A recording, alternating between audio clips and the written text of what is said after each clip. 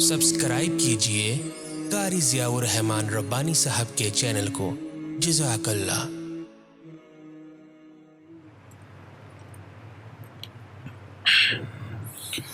اعوذ باللہ من الشیطان الرجیم، بسم اللہ الرحمن الرحیم۔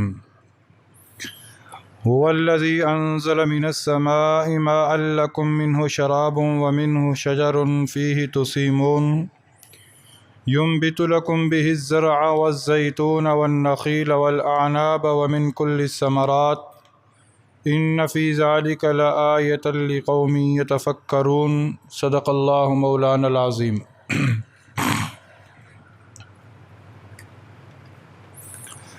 میرے انتہائی واجب الاحترام سامعین اعظم، اللہ رب العزت کا لاکھ لاکھ شکر اور اس کا احسان و فضل و کرم ہے کہ اس نے ہمیں محض اپنی توفیق، اپنے کرم، اپنے فضل سے اپنے گھر میں آنے کا موقع عطا فرمایا، اور پھر خلاق عالم نے ہم پر یہ احسان عظیم فرمایا کہ اس پرفتن دور کے اندر ہمیں اپنا ایک عظیم حکم یعنی فرض نماز با جماعت پڑھنے کی توفیق عطا فرما دی، اور پھر خلاق عالم نے ہمیں اپنے ہی گھر میں بٹھا کر اپنا پاک کلام سننے اور سمجھنے کی توفیق نصیب فرما دی۔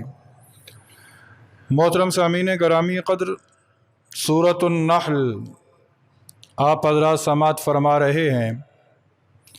یہ مکی صورت ہے۔ قرآن مجید فرقان حمید کے اندر دو طرح کی صورتیں ہیں، ایک مدنی ہے اور دوسری مکی ہیں۔ مکی صورتیں جو ہیں وہ اس سے پہلے کئی مرتبہ آپ حضرات کے سامنے عرض کر چکا ہوں کہ مکی صورتیں وہ ہیں جو ہجرت سے پہلے نازل ہوئیں، اور مدنی صورتیں وہ ہیں جو ہجرت کے بعد نازل ہوئیں۔ مکی صورتوں کے اندر زیادہ تر احکامات، زیادہ تر عقائد کا بیان ہے۔ مکی صورتوں کے اندر زیادہ تر عقائد کے متعلق گفتگو کی گئی ہے، اور مدنی صورتوں کے اندر زیادہ تر احکامات کا بیان ہے۔ سورۃ النحل چونکہ یہ بھی مکی صورت ہے، تو اس صورت کے اندر بھی زیادہ تر اللہ رب العزت نے اپنے عقائد ہی کے متعلق گفتگو فرمائی ہے۔ ان عقائد میں عقیدہ توحید بھی ہے، رسالت بھی ہے، قیامت بھی ہے، مرنے کے بعد جی اٹھنا بھی ہے۔ ان تمام عقائد کو اللہ رب العزت نے اس صورت کے اندر بیان کیا ہے۔ نحل شہد کی مکھی کو کہا جاتا ہے۔ اس صورت کے اندر شہد کی مکھی کا ذکر ہے، اسی مناسبت سے اس کا نام سورہ النحل رکھا گیا۔ گزشتہ درس کے اندر آپ حضرات نے یہ بات سماعت فرمائی تھی کہ اتی امر اللہ فلا تستعجلوا سبحانہ وتعالی عما یشرکون۔ مشرکین مکہ کے سامنے جب نبی صلی اللہ علیہ وسلم عقیدہ توحید کی تعلیم دیتے اور یوں کہتے کہ اللہ کے سوا کسی کی عبادت نہ کرو، اگر اللہ کو چھوڑ کر کسی اور کے در پہ جھکو گے تو طرح طرح کے عذابات کا شکار ہوگے، مشکلات کا شکار ہوگے۔ تو مشرکین مکہ آگے سے استہزاء کرتے تھے، مذاق اڑاتے تھے کہ جس عذاب سے تم ہمیں ڈراتے ہو وہ عذاب آتا کیوں نہیں؟ جس عذاب سے تم ہمیں ڈراتے ہو وہ عذاب آتا کیوں نہیں ہے؟ تو اللہ رب العزت نے اس صورت کے ابتدائی کے اندر یہ ارشاد فرمایا کہ اے میرے حبیب انہیں بتا دو اتی امر اللہ، اللہ کا حکم آ پہنچا ہے، فلا تستعجلوا، اس کے لیے جلدی نہ مچاؤ، اور جس وحدہ لا شریک کو چھوڑ کر تم غیروں کے در پہ سر جھکاتے ہو، سن لو وہ ذات پاک ہے، ہر عیب سے پاک ہے، اس کا کوئی شریک نہیں ہے۔ اس نے فرشتوں کو نازل کیا وحی دے کر وہ فرشتوں کو بھیجتا ہے اپنے مخصوص بندوں پر، اور اپنے مخصوص بندوں کو یہ کہتا ہے کہ انذروا انہ لا الہ الا انا فاتقون، کہ آپ میرے بندوں کو ڈرا دو کہ میرے سوا کوئی معبود نہیں ہے اور مجھ سے ڈرتے رہو۔ پھر اللہ رب العزت نے اس حضرت انسان پر کی گئی نعمتوں کا ذکر کیا یوں سمجھ لیجئے کہ رب یوں بتانا چاہ رہا ہے کہ اے حضرت انسان، میری لا تعداد نعمتیں تو استعمال کرتا ہے، ان نعمتوں کو استعمال کرنے کے باوجود تو مجھے وحدہ لا شریک کیوں نہیں تسلیم کرتا؟ تو میرے در پہ جھکنے کے بجائے غیر کے در پہ کیوں جھکتا ہے؟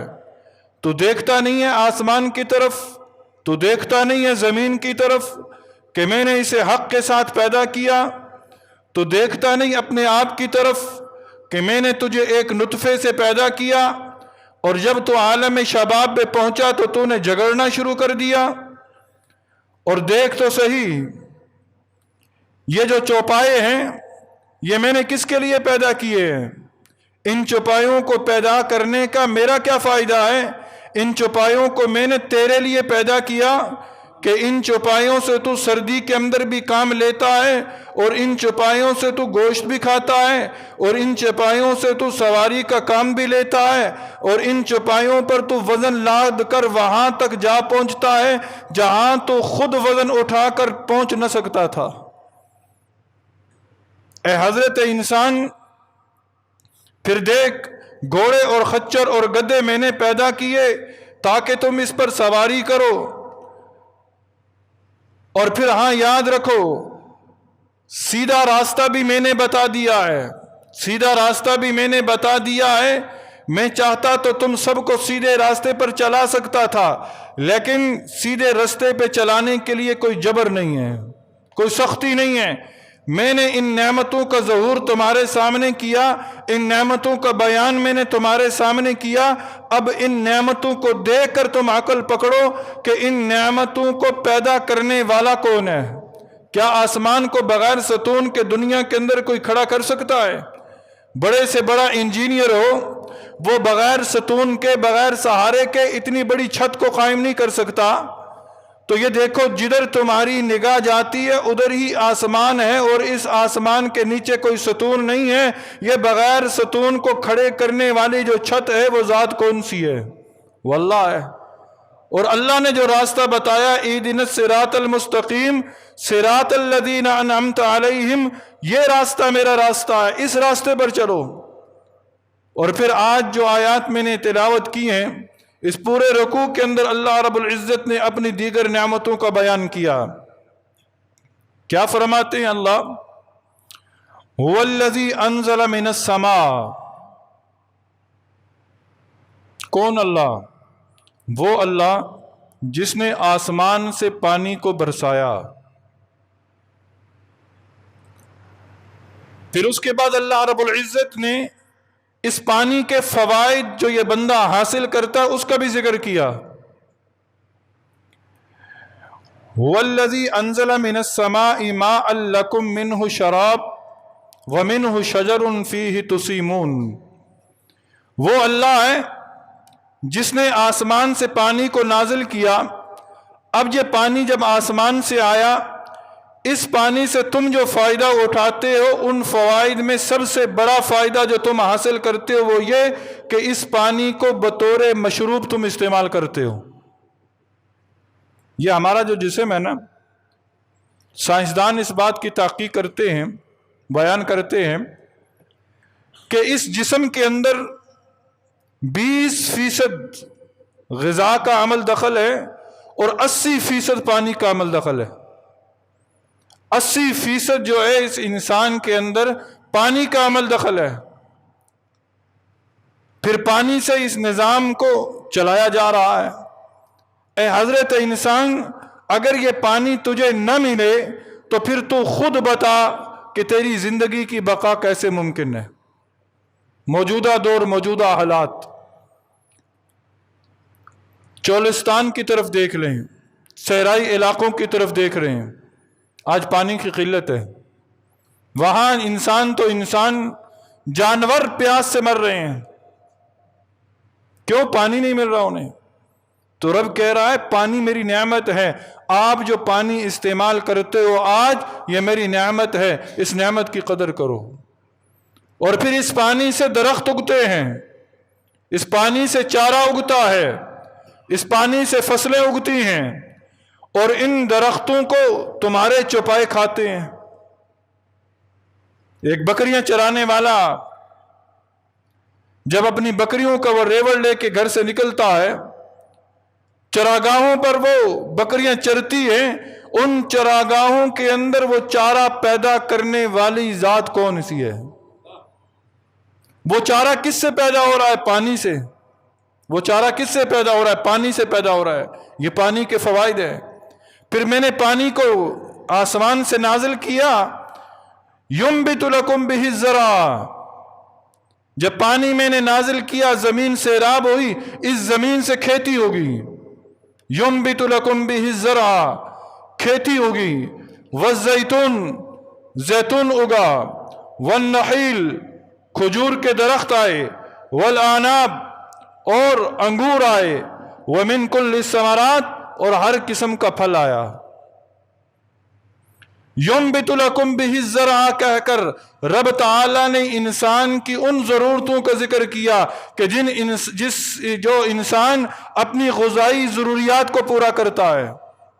گندم ہے، چاول ہے، یہ دوسری جتنی بھی فصلیں ہیں کہ جس سے ہم اپنی غذائی ضروریات کو پورا کرتے ہیں۔ ينبت لكم به الزرع، رب کہتا ہے پانی میں نے نازل کیا، اس نے زمین کو سیراب کیا اور زمین نے پھر کھیتی اگا دی، اور اس کھیتی سے تم اپنی ضرورت کو پورا کرتے ہو۔ مجھے تو کھیتی کی ضرورت نہیں تھی۔ والزیتون، اور تم نے زیتون اگایا۔ زیتون کا ذکر کر کے رب تعالیٰ نے ان تمام چیزوں کا ذکر اس کے اندر کر دیا کہ جن چیزوں سے ہم چکنائی حاصل کرتے ہیں۔ چکنائی حاصل کرتے ہیں، کھانا پکانے کے لیے چکنائی کی ضرورت ہے نا، اور انسان کو بھی اپنی غذائی ضرورت پورا کرنے کے لیے چکنائی کی ضرورت ہے۔ تو والزیتون کہہ کر چکنائی کا ذکر کر دیا۔ والنخیل والاعناب ومن کل الثمرات، اور کھجور اور انگور اور اس طرح کے دوسرے پھل ذکر کر کے اللہ رب العزت نے اس پیداوار کی طرف اشارہ کر دیا کہ جو مزید لذت حاصل کرنے کے کام آتی ہے۔ بسا اوقات انسان لذت حاصل کرنے کے لیے کبھی کھجور کھاتا ہے، لذت حاصل کرنے کے لیے کبھی انگور کھاتا ہے، لذت حاصل کرنے کے لیے دیگر پھل کھاتا ہے۔ اللہ رب العزت نے کہا کہ تیری لذت کی ضرورت کو بھی میں نے پورا کیا، تیری چکنائی کی ضرورت کو بھی میں نے پورا کیا، تیری غذائی ضرورت کو بھی میں نے پورا کیا۔ اور اے حضرت انسان، ان تمام چیزوں کی مجھے ضرورت نہ تھی، مجھے تو ضرورت یہ تھی کہ میرا بندہ میری عبادت کرے، میرا بندہ میری مان کر چلے، میرا بندہ جس مقصد کے لیے میں نے اس دنیا کے اندر اسے بھیجا ہے اس مقصد کو یہ پورا کرے۔ لیکن یہ حضرت انسان جو ہے ان نعمتوں کا استعمال کرنے کے باوجود خالق کو نہ پہچان سکا۔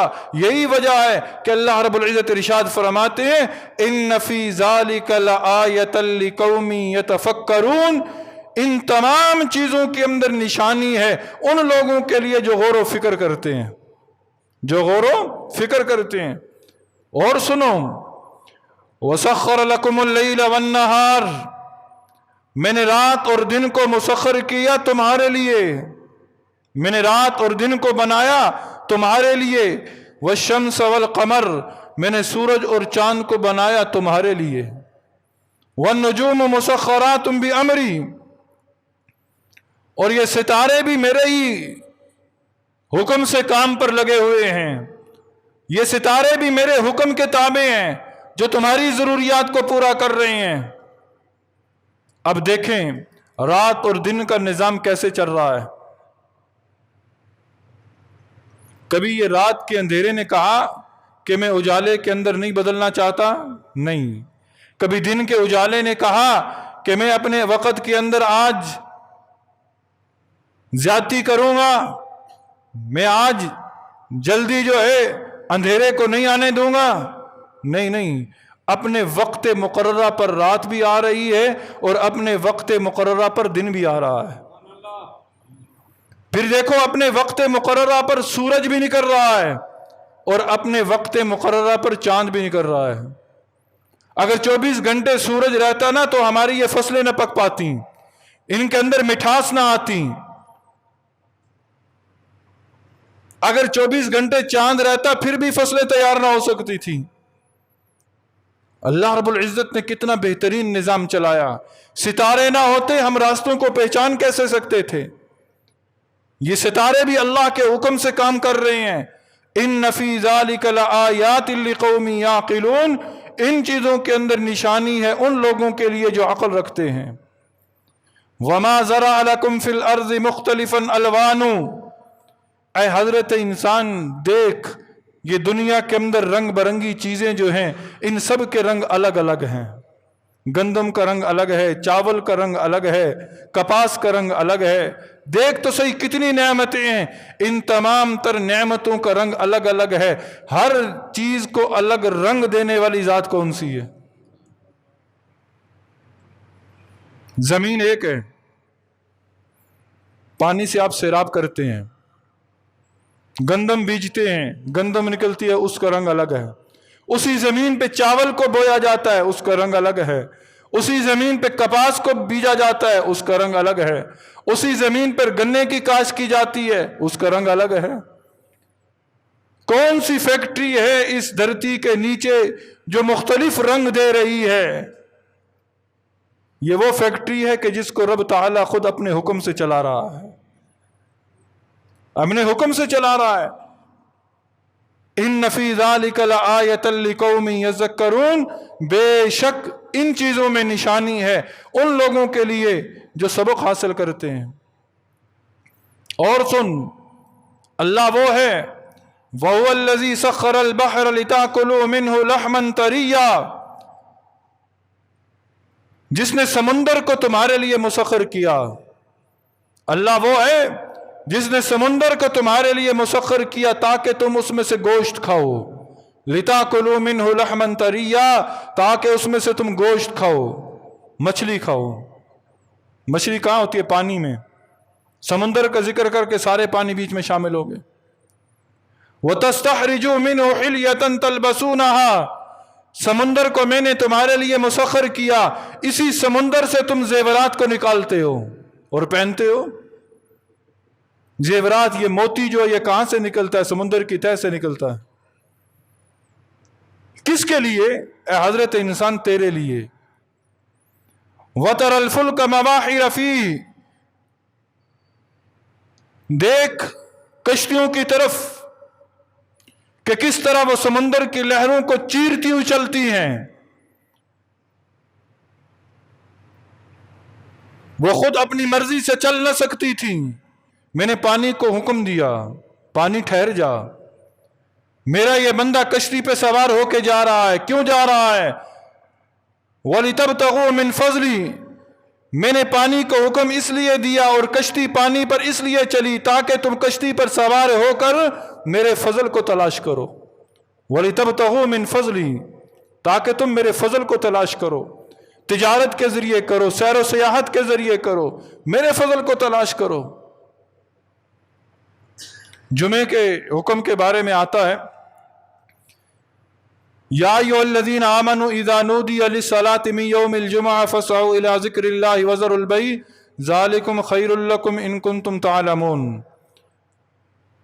اے ایمان والو، نماز جمعہ کے لیے تمہیں بلایا جائے تو آؤ، نماز جمعہ ادا کرو، چھوڑ دو خرید و فروخت کو، یہ تمہارے لیے بہتر ہے. اور ہاں، جب تم نماز جمعہ سے فارغ ہو جاؤ تو پھر نکلو میرے فضل کی تلاش میں، پھر نکلو میرے فضل کی تلاش میں.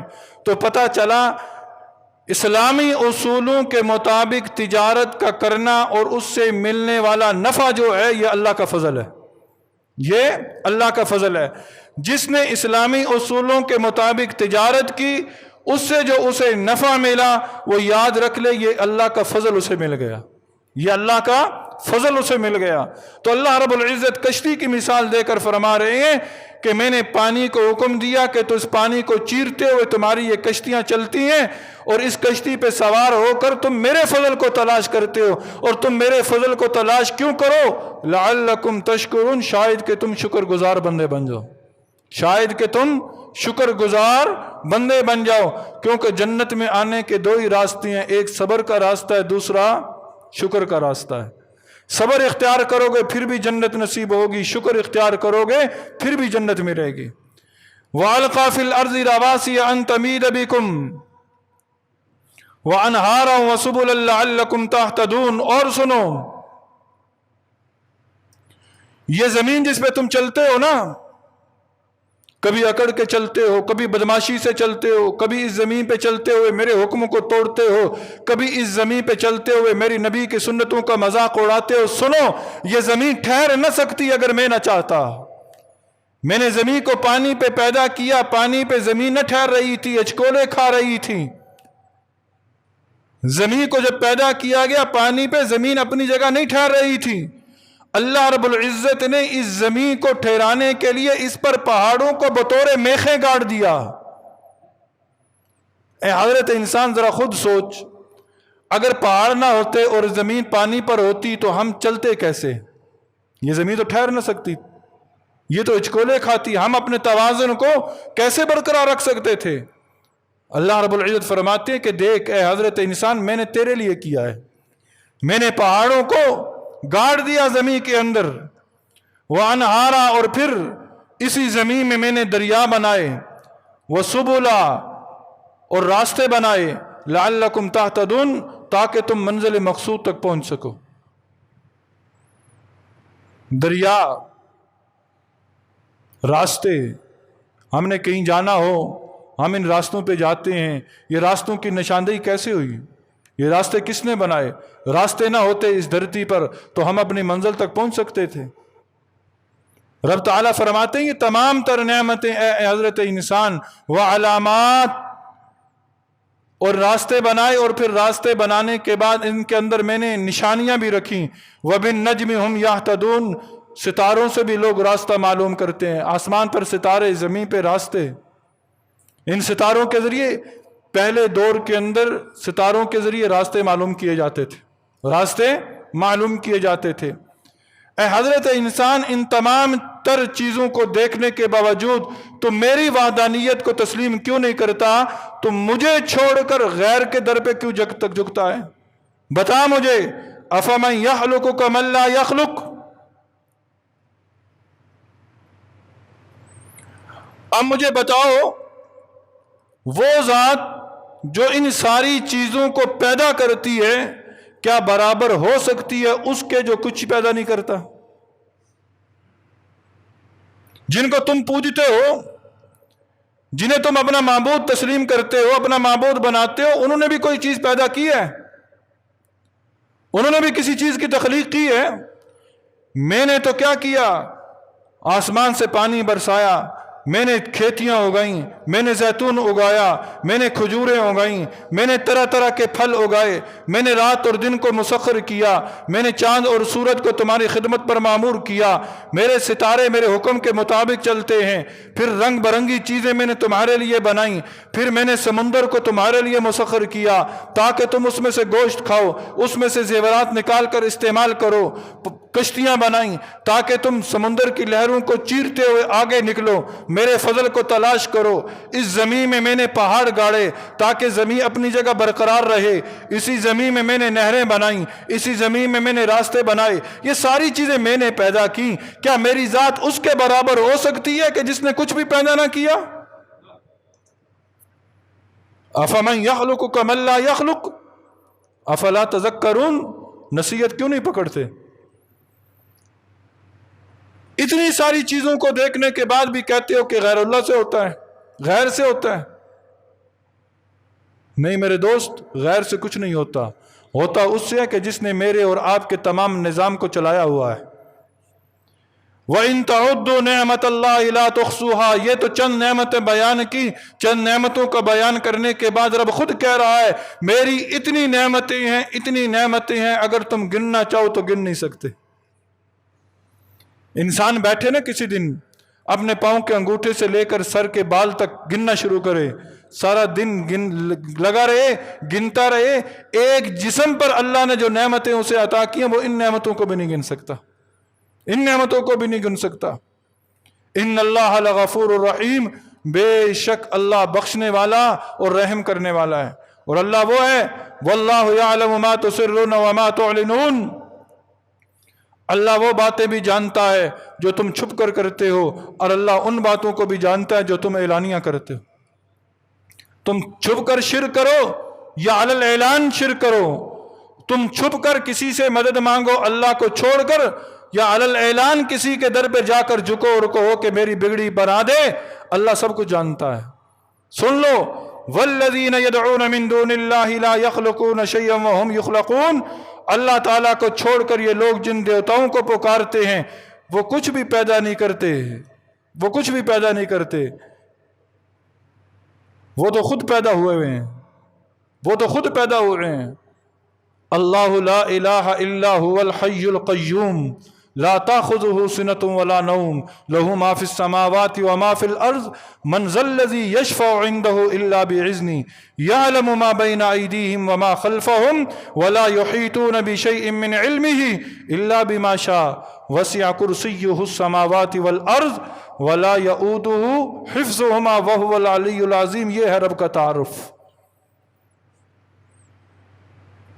رب وہ ہے جو کسی سے نہ پیدا ہو لیکن اس سے وہ دوسروں کو پیدا کرنے کی صلاحیت رکھتا ہو۔ جو خود پیدا ہوا وہ تو محتاج ہے، جو خود پیدا ہو وہ محتاج ہے، اور جو محتاج ہو وہ خدا ہو نہیں سکتا۔ جن کو تم معبود مانتے ہو نا، یہ خود پیدا ہوئے ہیں، یہ تمہارے معبود کیسے ہو سکتے ہیں؟